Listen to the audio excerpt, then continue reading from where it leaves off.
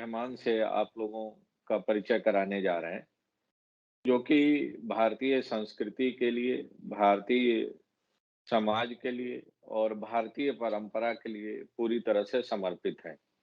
और भारत से बाहर रहते हुए वे भारतीय संस्कृति, भारतीय परंपरा के प्रचार-प्रसार और उसके संवर्धन में लगी हैं।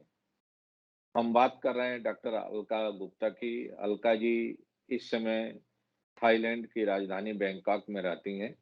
उनके पति बैंकॉक में एक बहुत बड़ी मल्ट कंपनी में बहुत सीनियर पद पर कार्यरत हैं और अलका जी पिछले कई दशक से बैंकॉक में रह के भारतीय समाज और भारतीय संस्कृति के प्रति जो उनकी प्रतिबद्धता है, उसके तहत तमाम तरह के सामाजिक और कार्यों में व्यस्त हैं।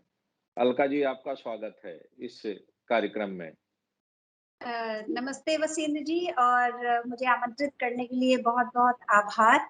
मेरा सौभाग्य है आज इस प्लेटफ़ॉर्म के माध्यम से मैं आपसे जुड़कर और अनेक विषयों पर हम लोग बात करेंगे। बहुत-बहुत धन्यवाद। जैसा कि हम सब लोग जानते हैं कि थाईलैंड और भारत के बीच में एक बड़ा ही पुराना और ऐतिहासिक और आध्यात्मिक संबंध रहा है। और जब-जब भारत को ज़रूरत पड़ी थाईलैंड की तरफ से, उसको बहुत ही पॉज़िटिव सपोर्ट मिलता रहा है।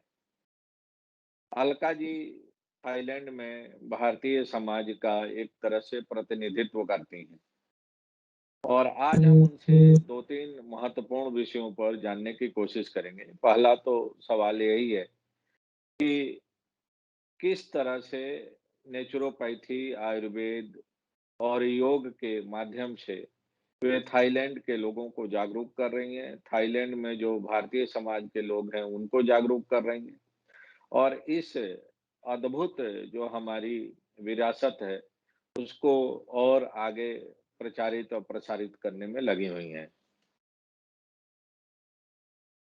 अ, वसिंद्र जी ये मैं जो आपका ये प्रश्न है इसमें कुछ बोलने से पहले मैं थोड़ा-सा फ्लैशबैक में जाऊँगी, मेरी ये यात्रा कैसे प्रारंभ हुई। लगभग 2 दशक हो गए, 20 वर्षों से मैं भारतीय चिकित्सा पद्धतियों का जो मैं प्रैक्टिशनर हूँ और थाईलैंड से पहले मैं भारत में थी। भारत में दिल्ली, नोएडा जो दिल्ली एनसीआर रीजन का मैं फीमेल विंग की मैं हेड थी, पतंजलि के प्रकल्प को मैं वहाँ पर सँभालती थी।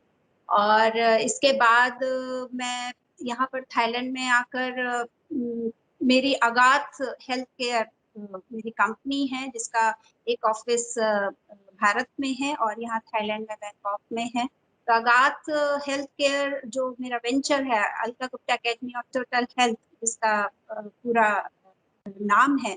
इसका उद्देश्य प्रमुख उद्देश्य यही था इसका मोटिव था मेरा यही था कि इसके माध्यम से मैं जो हमारी योग है, आयुर्वेद है, प्राकृतिक चिकित्सा है, ना सिर्फ भारतीय चिकित्सा पद्धतियाँ अपितु जितनी भी हमारी साउथ ईस्ट एशियन कंट्रीज़ में जो भी हमारी जो थेरेपीज़ हैं, जो जिनको हम वहाँ की ट्रेडिशनल थेरेपीज़ हैं, जैसे थाईलैंड की अपनी कुछ ट्रेडिशनल थेरेपीज़ हैं, यहाँ के जितने नेबर कंट्रीज़ हैं, उनकी भी तो मैं कहीं न कहीं पाती हूँ कि सब कहीं एक सूत्र में बंधे हुए हैं। उनका कहीं न कहीं आपस में साम्य हो चाहे एक्यूप्रेशर हम ले लें, एक्यूपंक्चर ले लें, रिफ्लेक्सोलॉजी हमारे थाईलैंड की बहुत फ़ेमस है जिसका मूल मैं पाती हूँ कि वो हमारे आयुर्वेद में मर्म चिकित्सा का वर्णन है जिसमें 108 बिंदु होते हैं, जिन बिंदुओं को प्रेशर देने से रोगों का निदान होता था हज़ारों साल पहले से। तो ना सिर्फ भारतीय चिकित्सा पद्धतियों का अपितु जितने भी साउथ ईस्ट एशियन कंट्रीज़ की चिकित्सा पद्धतियाँ, उन सब का एक इंटीग्रेटिव एक कहना चाहिए कि स्वरूप उसका अध्ययन करना और उसके साथ-साथ लोगों को उसकी जागरूकता लाना, क्योंकि लोगों को क्या है चाहिए तो, लेकिन एक ऑथेंटिसिटी के साथ उसकी नॉलेज नहीं है, उसका एस्टैब्लिशमेंट, री-एस्टैब्लिशमेंट, क्योंकि पहले तो ये हमारे रोज़मर्रा की जीवन शैली का हिस्सा ही हुआ करती थी। लेकिन धीरे-धीरे पिछले 150-200 सालों से चिकित्सा पद्धति में बदलाव भी आया और लोगों की जीवन शैली भी बहुत बदली, तो बीमारियों की संख्या भी बहुत बदली, तो ये सब हमारे रोज़मर्रा के जीवन से इन चिकित्सा पद्धतियों का विलुप्त होती चली गई। तो वही एक उद्देश्य मेरा प्रमुख तो ये है कि लोगों में जागरूकता फैलाना, तो इसके लिए वर्कशॉप्स हैं, सेमिनार्स हैं, यूनिवर्सिटीज़ में, एसोसिएशंस में, कॉर्पोरेट्स में, बच्चों में, हर उम्र के लोगों में अलग-अलग विषयों को लेकर, जैसे मैं एक उदाहरण दूँ कि हमारे यहाँ 9 मास चिकित्सा हुआ करती थी आयुर्वेद में, 9 महीने एक माँ और बच्चे की कैसे एक वैज्ञानिक तरीके से पूरी केयर और बच्चा स्वस्थ तो ये सब चीज़ें जो है इनको फिर से वापस लाना, इसकी महती आवश्यकता है और इसमें इससे रिलेटेड एजुकेशनल प्रोग्राम्स हैं, सर्टिफिकेशन कोर्सेज़ हैं, तो लोग उनकी जो है कहना चाहिए ना कि उसका मूल स्वरूप समझें। आयुर्वेद भी है तो उसको सिर्फ़ एक जड़ी-बूटी की चिकित्सा पद्धति ना समझते हुए उसका जो विशाल जो स्वरूप है, जो उसका वास्ट उसका जो एक का जो एक मोटो है, मिशन है, आयुर्वेद कहता क्या है, तो उसका इससे संबंधित चीज़ों का प्रचार-प्रसार करना। तो ये अगाध हेल्थ केयर के माध्यम से ना सिर्फ थाईलैंड अपितु भारत और साउथ ईस्ट एशियन कंट्रीज़ में मेरा कार्य होता है और लोगों में बहुत एक्सेप्टेंस है इन चीज़ों की, खासकर कोरोना काल में तो इन चीज़ों ने बहुत विशिष्ट स्थान अपना बनाया क्योंकि लोगों ने अनुभव किया, लोगों ने इसका लाभ भी प्राप्त किया। तो मुझे बहुत प्रसन्नता है कि चीज़ें अपने पुरानी चीज़ें अपने पुनः अपने मूल स्वरूप में वापस आ रही हैं। आपने कोरोना की बात की है। भारत में कोरोना का जो असर रहा है, बहुत ही भयावह रहा है हुँ। और एक दौर ऐसा भी आया कि पूरी तरह से सारी मशीनरी फ़ेल होती दिखाई दे रही थी और लाखों लोग भगवान के भरोसे छोड़ दिए गए थे। अगर हम थाईलैंड की बात करें या साउथ ईस्ट एशियन कंट्रीज़ की बात करें, तो उसमें आपका उन कंट्रीज़ में क्या अनुभव रहा है आपका? कितना असर वहाँ रहा और किस तरह के वहाँ की सरकारों ने, वहाँ की स्वयंसेवी संस्थाओं ने या मेडिकल फ्रेटर्निटी ने इस महामारी से आम जनता को निजात दिलाने में मदद की? हाँ, नहीं ये बिल्कुल ये इस कोरोना जो महामारी ने ना सिर्फ भारत को अपितु पूरे वैश्विक स्तर पर प्रभावित किया है और ना शारीरिक, मानसिक, आर्थिक हर तरीके का जो स्ट्रक्चर डावाडोल हुआ है, थाईलैंड भी उससे प्रभावित था, है और अभी भी है। और सरकार अपने स्तर पर तो ख़ैर पूरा प्रयास कर ही रही है, वैक्सीन ड्राइव है और यहाँ पर एक अच्छी बात मैंने देखी कि यहाँ पर जो यहाँ की ट्रेडिशनल मेडिसिन सिस्टम है, उसको साथ ही साथ मॉडर्न मेडिसिन के साथ इंटीग्रेट करके ट्रीटमेंट प्रोटोकॉल में उसको शामिल किया गया है, तो लोग उसको भी फ़ॉलो कर रहे हैं और जहाँ ज़रूरत है वहाँ मॉडर्न मेडिसिन सिस्टम को भी फ़ॉलो कर रहे हैं।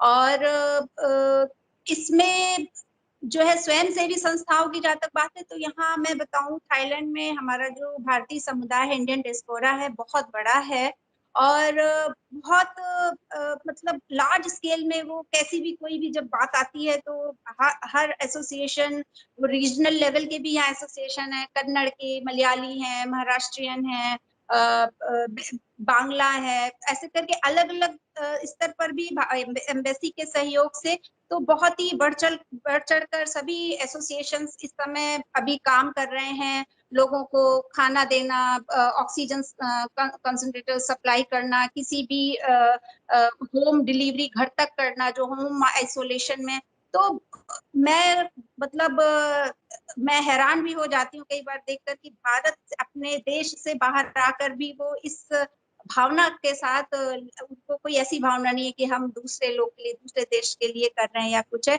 और बहुत बड़ा उनका योगदान है भारतीय समुदाय और एसोसिएशंस का यहाँ पर कोरोना महामारी में लोगों की सहायता करना रूट लेवल पर एक अंतिम व्यक्ति तक वो पहुँचने का प्रयास कर रहे हैं और रोज़ मैं देखती हूँ कि कम से कम 8-10 एसोसिएशंस हज़ारों की संख्या में पैकेट्स में खाना बाँट रहे हैं, दवाइयाँ जो बेसिक हैं, काढ़े हैं फ्री में सब ये बाँटे जा रहे हैं और बिना अपनी जो है कहना चाहिए चिंता किए हुए कि इस तरह की कंटेंजियस जो बीमारी है उसमें अपनी बिना चिंता किए हुए वो लोग अपने तन मन धन लोग गुप्तदान कर रहे हैं हजारों का कैसे जिसकी जो भी सामर्थ्य है जो जिस स्तर पर भी कर सकता है हमारा इंडियन डायस्पोरा इसमें थाईलैंड में कर रहा है और एम्बेसी का भी उसमें भारतीय जो हमारी दूतावास है उसमें भी पूरा योगदान है दूतावास। आपने चर्चा की कि थाईलैंड की सरकार ने इस महामारी के दौरान बहुत अच्छी तरह से एक इंटीग्रेटेड एफर्ट शुरू किया आयुर्वेद और एलोपैथी को साथ लेके और जहाँ जिसकी आवश्यकता महसूस हुई उस तरह की दवा दी गई। इसके ठीक अगर हम कहें तो उल्टा नज़ारा भारत में देखने को मिला कि आयुर्वेद और एलोपैथी के जो लोग थे, जो कर्णधार थे, वो आपस में एक-दूसरे पर कीचड़ उछालते नज़र आए, एक-दूसरे की बुराई करते नज़र आए, एक-दूसरे के खिलाफ अपशब्दों का प्रयोग करते नज़र आए। तो ये जो कुछ भारत में आपको दिखाई दिया इसको आप किस रूप में देखती हैं और इसके लिए किसको ज़िम्मेदार मानती हैं? अ, हाँ, भारत में अभी बीच में बहुत कॉन्फ्लिक्ट हुआ आयुर्वेद वर्सेस एलोपैथी और ये इसको मैं कॉन्फ्लिक्ट क्या कहूँ, ये तो एक इस तरह की स्वस्थ चर्चा, बहस होनी ही चाहिए, बहुत पहले होनी चाहिए। लेकिन कह सकते हैं कि गलत समय पे हो सकता है, गलत स्वरूप में चीज़ें आई हों, लेकिन आयुर्वेद तो देखिए हमारे यहाँ 5-6 हज़ार साल पुराना हमारे यहाँ की चिकित्सा पद्धति है। तो आयुर्वेद तो देखिए आयुर्वेद का तो 2 लाइनों में ही पूरा सार तत्व है कि प्रयोजनम चास्य स्वस्थस्य स्वास्थ्य रक्षणम विकार प्रशमनम च मतलब कि जिसका प्रयोजन ही स्वस्थ व्यक्ति के स्वास्थ्य की रक्षा करना है और अगर विकार व्याधिग्रस्त कोई व्यक्ति हो जाता है तो उसका प्रशमन कैसे करना है, उसका हमें निदान कैसे देना है। तो आयुर्वेद तो पहले कहते हैं कि आप स्वस्थ रहिए, आप बीमारी को आमंत्रित ही नहीं करिए। तो अगर हम इस चीज़ को पहले ही समझते और इस चीज़ को हम अपने आम जीवन से जाने ही नहीं देते, तो आज जितना भी अगर भयावहता हमने भारत में देखी तो शायद उसका जो कहना चाहिए कि ग्राफ है और थोड़ा-सा हमें कम दिखाई देता क्योंकि आयुर्वेद एक निसंदेह एक होलिस्टिक और एक इंटीग्रेटिव अप्रोच को लिए हुए चिकित्सा पद्धति में यहाँ एलोपैथी को लेट डाउन नहीं कर रही हूँ क्योंकि एलोपैथी का अपना एक महत्व है, उसमें भी कोई दो राय नहीं है। लेकिन वो जो महत्व आता है, मैं इसको 80-20 में डिवाइड करती हूँ कि 80% अगर आप अपनी प्राचीन चिकित्सा पद्धतियों में विश्वास रखते हैं, प्रोटोकॉल को फॉलो करते हैं, जीवन शैली को अपना आप ठीक रखते हैं, तो हम 80% बीमारियों से बच सकते हैं और बची जो 20% है, उस 20% में क्या बीमारियाँ होती हैं, वो आकस्मिक होती हैं, एक्सीडेंटल हो सकती हैं, हेरिडिटरी की हो सकती हैं, कुछ ऐसे एक्सटर्नल फैक्टर्स होते हैं जिनमें हमारा अपना ह्यूमन बीइंग्स का कोई कंट्रोल नहीं होता। उसमें निसंदेह जो लाइफ सेविंग ड्रग्स होती हैं कुछ, तो उसमें एलोपैथी का स्थान कोई नहीं ले सकता। लेकिन यहाँ पर पहले मैं 80% की बात करती हूँ कि अगर व्यक्ति उस 80% को फॉलो कर लेता है तो वो उस एलोपैथी का देखिए साइड इफेक्ट्स हो या कुछ हो, वो एक जगजाहिर एक फैक्ट है। अगर मैं एक छोटी-सी किसी भी एक बीमारी की बात करूँ तो उसमें व्यक्ति आजीवन दवाएँ लेता रहता है और डॉक्टर खुद कहते हैं, बहुत ओपनली कहते हैं कि देखिए अब आप इसको लाइफ लॉन्ग आपको बीपी सपोज़ एक बीपी ही प्रॉब्लम हो गई। अब बीपी में डॉक्टर हमेशा कहेंगे कि ठीक है अब आप इसको लाइफ लॉन्ग इसको आपको दवा लेनी पड़ेगी और इसका कोई उपाय नहीं है। लेकिन आयुर्वेद ऐसा नहीं कहता। आयुर्वेद कहता है रूट कॉज़ में जाइए। बीपी की वजह आपकी 10 हो सकती हैं। BP itself is not a problem. BP एक आउटकम है, आपके स्ट्रेस का हो सकता है, आपकी हार्ट प्रॉब्लम हो सकती है, आपका बहुत सारा लॉन्ग प्रोलॉन्ग्ड मेडिकेशन हो सकता है, आपका वर्क प्लेस में आपका कोई ऐसा कारण हो सकता है, पारिवारिक जीवन में तनाव हो सकता है। ऐसे तमाम कारण हैं जो आपके ब्लड प्रेशर, हाइपरटेंशन की बीमारी देते हैं। तो आयुर्वेद कहता है आप रूट कॉज़ में जाइए, रूट कॉज़ को जो एलिमिनेट करिए और आपका बीपी ठीक हो जाएगा। लेकिन उसके वहीं पर एलोपैथी कहता है कि नहीं आप बिना कारण को समझे, बिना सिम्प्टोमेटिक सिम्पटम्स को उन्होंने सुना दवा दे दी। उस सिस्टम में नहीं जाता। सिस्टम में जाने की आवश्यकता है। तो कोरोना काल में ये बहस छिड़ी। बहस छिड़ना ज़रूरी था, लेकिन हो सकता है गलत समय में रहा हो। लोगों को भी लेकिन समझना होगा, समझ रहे भी हैं कि हमें अपनी पुरानी चिकित्सा पद्धतियों में लौटना होगा। वो चूँकि व्यापक है, वैज्ञानिक है, इंटीग्रेटिव है। इंटीग्रेटिव का मतलब होता है कि सिर्फ़ बीमारी का मतलब सिर्फ़ दवा नहीं है। ये दोनों पूरक नहीं है। बीमारी का अर्थ कभी-कभी आपको सिर्फ़ आहार से आप अपनी बीमारी ठीक कर सकते हो। कभी आप सिर्फ़ शारीरिक व्यायाम आपके लिए औषधि बन सकता है। कभी आपके लिए साइकोथेरेपी सिर्फ़ औषधि बन सकती है। तो ये मरीज़ को patient to patient like a, करता है कि आपकी क्या औषधि है। इट्स नॉट लाइक दिस कि आपको दवा खानी ही खानी है। आयुर्वेद दवाओं को सबसे लास्ट में रखता है, जब क्रॉनिक होती हैं। और उसमें भी सबसे बड़ी खूबी ये है कि ये पर्सनलाइज़्ड है, व्यक्तिक है। जस्ट लाइक कि हमारा थंबप्रिंट एक हर एक व्यक्ति का अंगूठा जो होता है, वो बहुत इंडिविजुअल और यूनिक होता है, तभी थंबप्रिंट जो इम्पोर्टेंट डॉक्यूमेंट्स होते हैं, उनमें लगाए जाते हैं। इसी तरीके से आयुर्वेद हर एक व्यक्ति का एक यूनिक कॉन्स्टिट्यूशन है, बॉडी कॉन्स्टिट्यूशन है।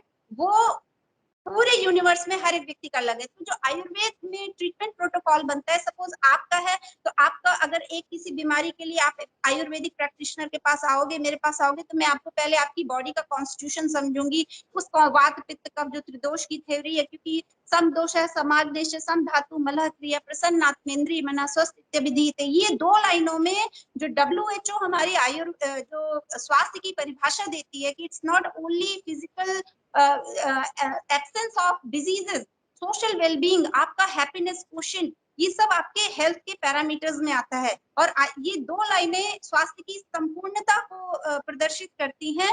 तो इन सब पैरामीटर्स में अगर हम टिक करते चले जाएँ, सम दोषः समाग्नेश सम, ये एक बड़ा विषय है, व्यापक विषय है, आगे कभी इस पर हम चर्चा करेंगे। तो आयुर्वेद में ये कुछ एक ऐसी चीज़ें हैं जो व्यक्ति को संपूर्णता के साथ स्वास्थ्य देती हैं। और पर्सन टू पर्सन उसका जो है प्रोटोकॉल बनता है, ट्रीटमेंट प्रोटोकॉल। तो यही अलका जी, हाँ, मेरा आपसे 2 इससे जुड़े हुए सवाल हैं। पहला सवाल तो ये, आपने हैप्पीनेस की बात की है कि हैप्पीनेस अगर है इंसान की लाइफ में, तो तमाम बीमारियों से बचा जा सकता है, आयुर्वेद कहता है। एलोपैथी में भी इस बात को कहा जाता है। लगभग हर पैथी में कहा जाता है कि अगर आप खुश हैं, तो आप बहुत सारी बीमारियों को वैसे ही रोक लेंगे अपने शरीर में आने से। जी, दूसरी बात जो देखने को मिल रही है कि भारत जाना जाता है आयुर्वेद के लिए, और भारत की जो हज़ारों साल पुरानी एक सांस्कृतिक विरासत है उसके लिए। लेकिन पिछले कुछ वर्षों में इन दोनों चीज़ों में आप देखिए तो बहुत ज़्यादा बदलाव देखने को मिल रहा है। जहाँ एक तरफ भारत का अभी जो कुछ दिनों पहले ग्लोबल इंडेक्स आया है, उसमें हैप्पीनेस इंडेक्स में भारत लगभग सवा 100 देशों से नीचे है। तो इससे एक बात साबित हो रहा है कि भारत में रहने वाले लोगों की जो रोज़मर्रा की ज़िंदगी है, वो बहुत डिस्ट्रेसफुल है, बहुत स्ट्रेसफुल है, बहुत माने एक तरह से डिप्रेशन के दौर से भारतीय गुज़र रहे हैं। इसलिए हैप्पीनेस इंडेक्स में भारत की रेटिंग बहुत खराब है। उनसे बेहतर रेटिंग हमारे पड़ोसी मुल्कों की है, जो कि हमसे जनसंख्या के हिसाब से काफ़ी छोटे हैं और संसाधन के हिसाब से भी बहुत कम है उनके पास। फिर भी उनका हैप्पीनेस इंडेक्स हमसे बेहतर है। और दूसरा जो चीज़ देखने को मिल रही है, चाहे वो कोरोना महामारी हो या आम तौर पर, कि आयुर्वेद ऋषि मुनियों ने इजाद किया था कि मानवता की सेवा करने के लिए। उसका बाज़ारीकरण और व्यावसायीकरण करने के लिए नहीं हुआ था। जब चाहे चाणक्य ने किया हो या उसके पहले तमाम ऋषि मुनियों ने जब आयुर्वेद को एक मानवता की सेवा और मानवता को बचाने के लिए इस्तेमाल किया था, उस ज्ञान को, उन दवाइयों को, जड़ी-बूटियों को। आज जो लोग आयुर्वेद की वकालत कर रहे हैं, भारत में ख़ास तौर से, वे लोग उसका शुद्ध वैसे ही व्यावसायीकरण में लीन हैं, जिस तरह से कि अंग्रेजी दवाइयों के जो कारोबारी हैं, वो व्यस्त हैं। तो फिर आयुर्वेद के प्रति जो आम जनमानस में एक सम्मान, एक प्रेम, एक आदर होना चाहिए। आपको नहीं लगता है कि उसमें कमी आएगी? क्योंकि आयुर्वेद, एलोपैथ में बाज़ारी दृष्टि से अगर देखेंगे तो कोई अंतर नहीं है। नहीं, मैं इस बात से पूर्णतया सहमत नहीं हूँ कि इसका पूरा व्यवसायीकरण हुआ है और एलोपैथी के समकक्ष इस बिंदु पर आयुर्वेद को हम रखें। तो देखिए, अगर हम पहले बहुत पहले की व्यवस्था में जाएँ, जब वैद्य लोग हुआ करते थे और वो मरीज़ों का गाँव में बहुत अच्छे-अच्छे वैद्य होते थे और वो इलाज करते थे, तो वो भले ही करेंसी के फॉर्म में ना होता हो, तो प्रथा थी कि कुछ सेर अनाज दे जाते थे, जो जिसका जैसा होता था, तो एक मुद्रा का स्वरूप अलग होता रहा हो भले ही, लेकिन वो कहीं न कहीं एक विनिमय दूसरे तरीके का होता था, तो इलाज होता था और वो जिसकी जैसी सामर्थ्य होती थी, तो वो करते थे। रही बात व्यवसायीकरण की, तो मैं ये कहूँ कि लोगों में जिस तरीके की जो एक प्रमाद आ चुका है, प्रमाद मतलब आलस्य है, पुरुषार्थहीन लोग हो चुके हैं। लोगों को घर बैठे और एक बटन में चीज़ों को चाहने की आदत पड़ गई है।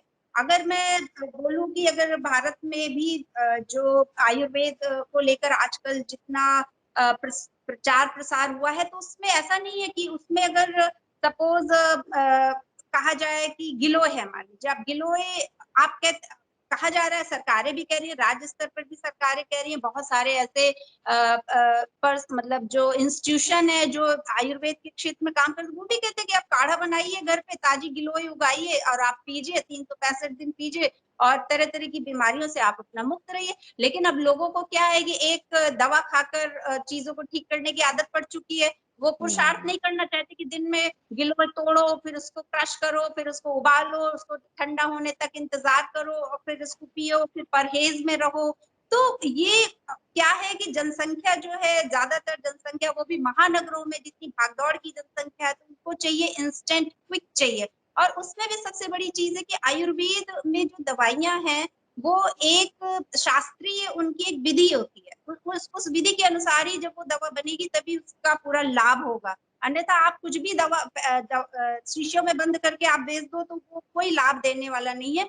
इसलिए अगर अगर लोगों तक चीज़ें पहुँच रही हैं, दवाएँ ऑथेंटिक और मैं खुद व्यक्तिगत रूप से मैं अपना आपको उदाहरण देती हूँ कि मैं आयुर्वेदिक जीवन शैली में पिछले 24 वर्षों से रह रही हूँ। मैंने 24 वर्षों में एक दवा नहीं खाई, किसी भी चीज़ के लिए, सिर्फ़ किसी भी सिंगल चीज़ के लिए। मेरी पूरी फैमिली और यही चीज़ मैं अपने पेशेंट के साथ भी करती हूँ कि जब वो मेरे पास आता है तो ना सिर्फ़ उस पर्टिकुलर बीमारी के लिए मैं इलाज देती हूँ, अपितु उसकी पूरी संपूर्ण जीवन शैली बदलने के लिए कि भई तुम्हें दवाइयाँ खानी ही ना पड़े।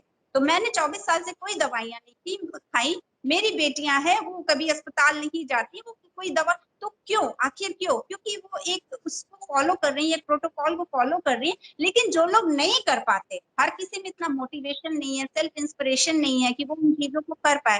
तो अगर उनको उपलब्धता है बाज़ार में ऑथेंटिक दवाइयों की, अच्छी गुणवत्ता वाली दवाइयों की, तो मैं नहीं समझती कि यहाँ पर थाईलैंड में आयुर्वेदिक दवाइयाँ जो भी अच्छी कंपनीज़ की भारत से आती हैं, उनका बहुत लोगों में स्वीकार्यता है और उसका बहुत अच्छा प्रभाव है। मेरे पास अ, मतलब मैं कोरोना के समय में ही बात करूँ तो कोरोना के समय में कोरोना की जो दवाइयाँ हैं, लोगों ने जितने लोगों ने ली हैं वो सुरक्षित हैं और उनको कोई सिम्पटम छूकर भी नहीं निकला और निकला भी तो उन्होंने बहुत ही हल्के से चीज़ों को अपना ठीक कर लिया, हॉस्पिटलाइज़ेशन की भी नौबत नहीं आई।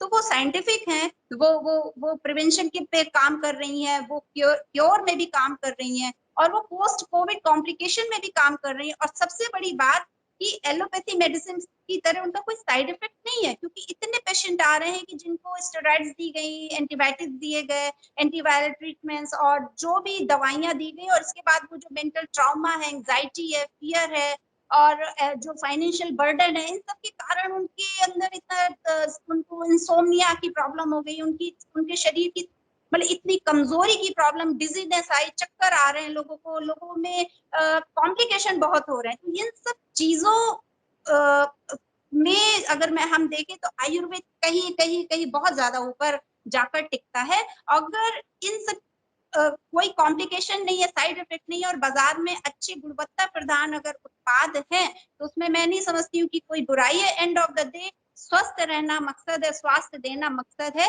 और जो है ये मेरा उसमें विश्लेषण है। अलका जी, एक और हाँ। ज़रूरी जानकारी हम चाह रहे हैं कि आप शेयर करें। आज की तारीख में अगर हम कहें तो थाईलैंड में भारतीय मूल के कितने लोग हैं?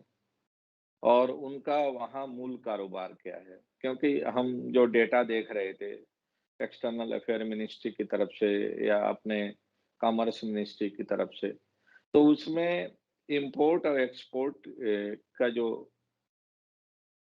रेशियो है, उसमें काफ़ी अंतर है। थाईलैंड हमसे इम्पोर्ट कम करता है चीज़ें और एक्सपोर्ट ज़्यादा करता है भारत को।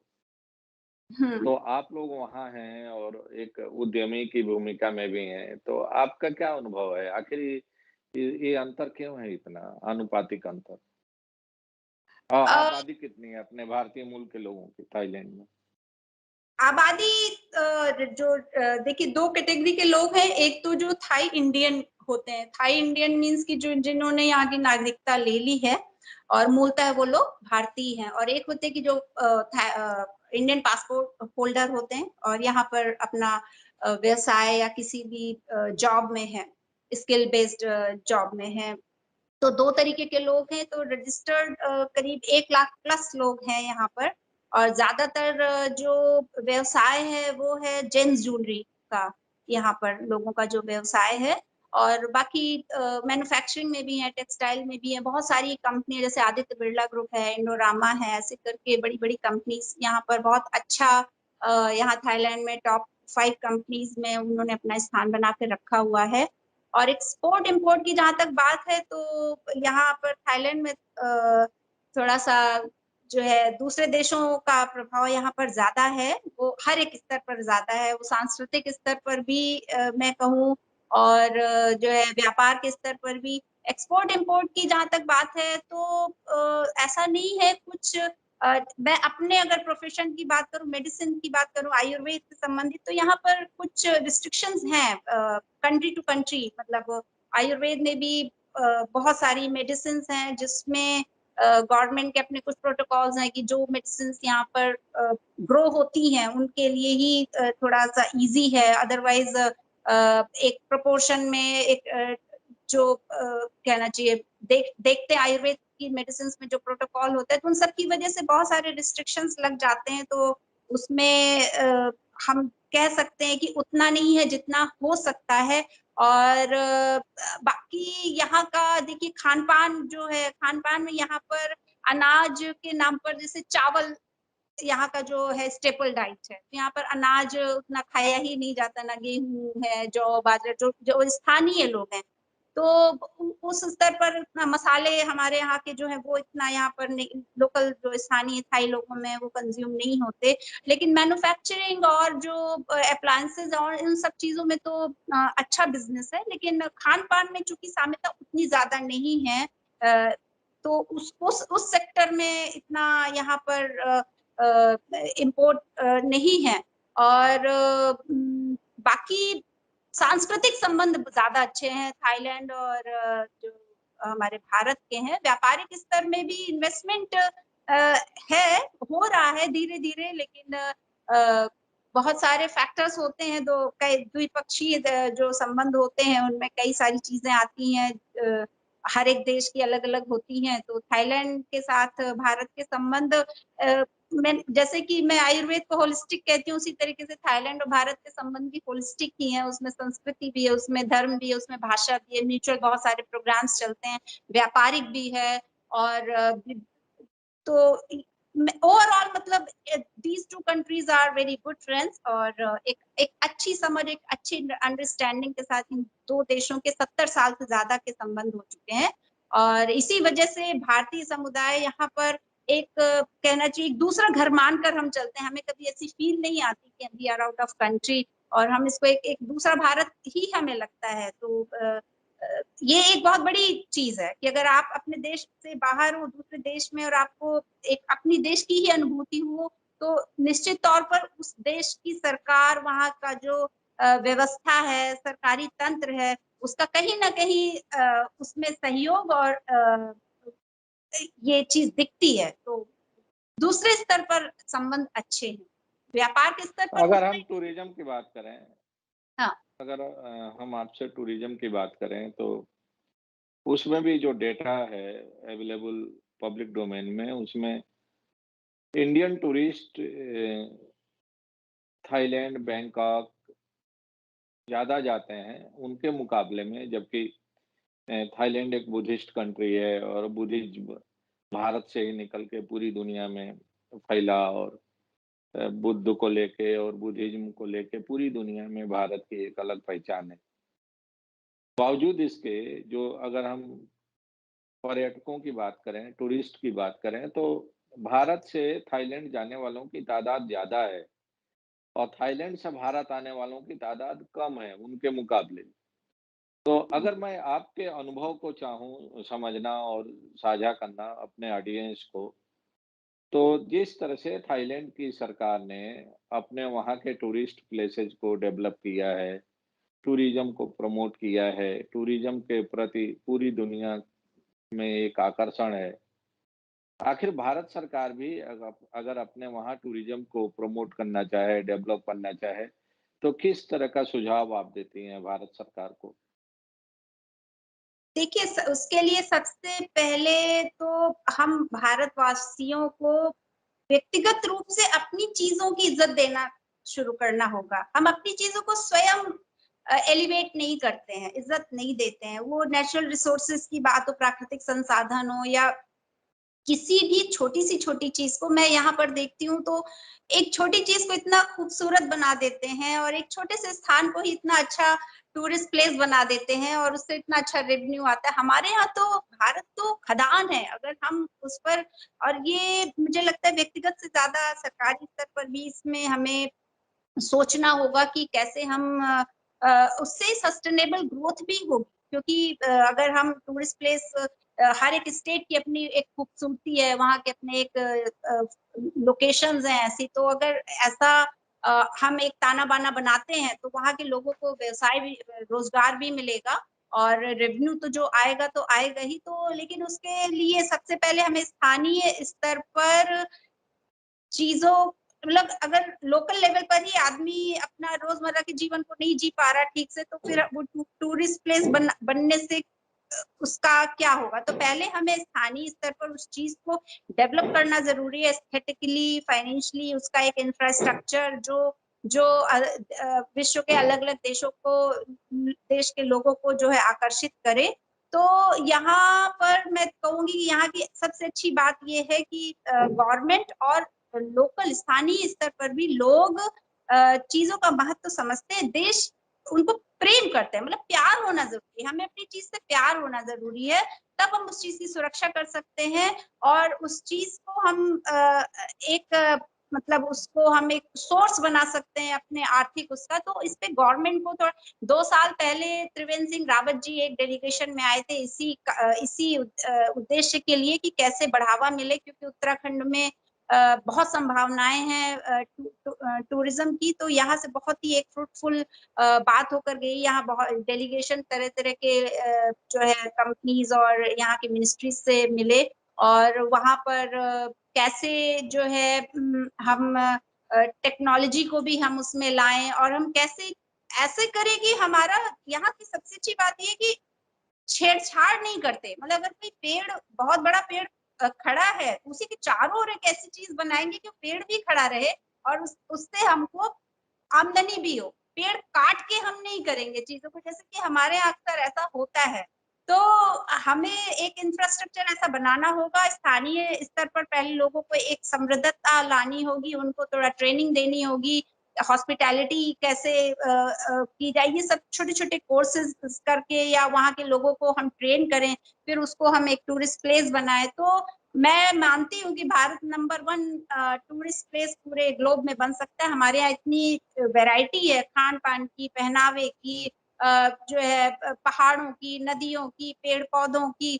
तो ये हम सरकार अगर इस पर थोड़ा-सा अभी और कर रहे हैं, धीरे-धीरे हो रहा है। हमारे यहाँ सुरक्षा की समस्या है, वहाँ पर जगह-जगह नक्सलाइट्स हैं, कहीं तो लोग सुरक्षित भी महसूस नहीं करते हैं। तो जब जब लोगों को या इस सूचनाएँ इकट्ठा करते हैं कहीं के बारे में, तो वो सोचते हैं कि भई हम जाएँ तो सबसे पहली चीज़ है हमारी सुरक्षा, हाइजीन, क्लीनलीनेस। तो ये सब चीज़ें इन पर काम करने की आवश्यकता है कि हाइजीन कैसे रखें, क्लीनलीनेस कैसे रखें, लोगों को जो है अ जिस चीज़ के लिए पैसा खर्च करने के लिए लोग तैयार हैं, लेकिन उनको आउटकम उस लेवल का मिले, तो इसको हम लोग कर सकते हैं, सरकार इस पर और डीपली सोचे। बहुत-बहुत धन्यवाद। थैंक यू वसीम जी। नमस्कार। Thank you so thank you, much. Thank you.